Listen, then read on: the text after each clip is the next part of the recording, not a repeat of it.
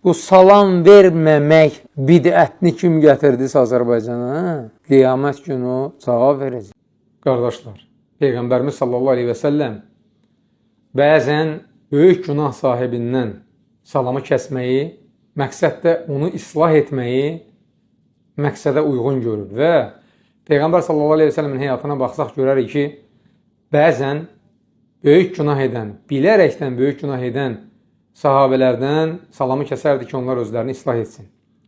Amma çox vaxt bilməyib günah edən sahabələrinə sadəcə olaraq nəsihət etməklə kifayətlənər və onlardan salamı kəsməzdi. Bundan da alimlər nə nəticə çıxarır?